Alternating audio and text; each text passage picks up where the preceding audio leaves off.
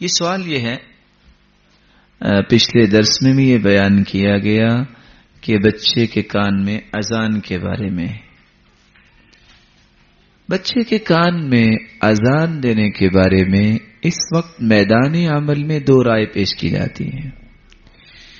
پہلی رائے یہ پیش کی جاتی ہے کہ اذان کہنی چاہیے، اور دلیل کون سی دی جاتی ہے؟ ابو رافع کی روایت کہ رسول اللہ صلی اللہ علیہ وسلم کو میں نے دیکھا كان يؤذن في اذن الحسن حين ولدته فاطمہ رضی اللہ تعالی عنہا کے گھر جب بیٹا پیدا ہوا تو آپ نے اذان کہی۔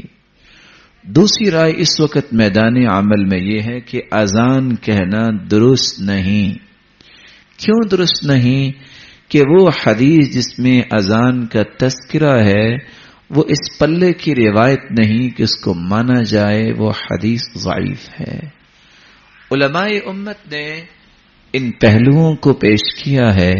اب سوال یہ ہے کہ ان دونوں پہلوؤں میں درست کیا ہے؟ دونوں پہلوؤں میں درست وہ چیز ہے جو رسول اللہ صلی اللہ علیہ وسلم سے لے کے آج تک تعامل امت سے ہم تک پہنچا ہے۔ ہر عالم نے اپنی ریسرچ کے مطابق تحقیق کی اور کہا کہ یہ حدیث کی سند ضعیف ہے، اور اس بات میں کوئی دو رائے نہیں۔ جو روایت ضعیف ہو جائے وہ قابل حجت نہیں ہوتی، اور ہم اس کو بیان کرنا یا اس پہ عمل کرنے کو پسند بھی نہیں کرتے، کیونکہ جو چیز اللہ کے رسول سے ثابت نہیں۔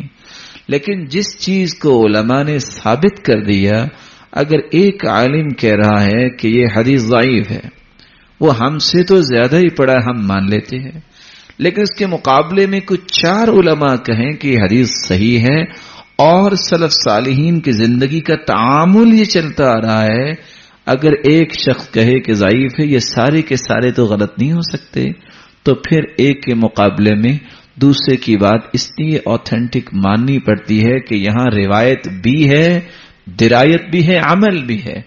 تو اسی بنیاد پہ ہی پیش کیا جاتا ہے کہ وہ جو ابو رافع کی روایت ہے سند کے اعتبار سے، اس کو علماء نے صحیح کہا ہے،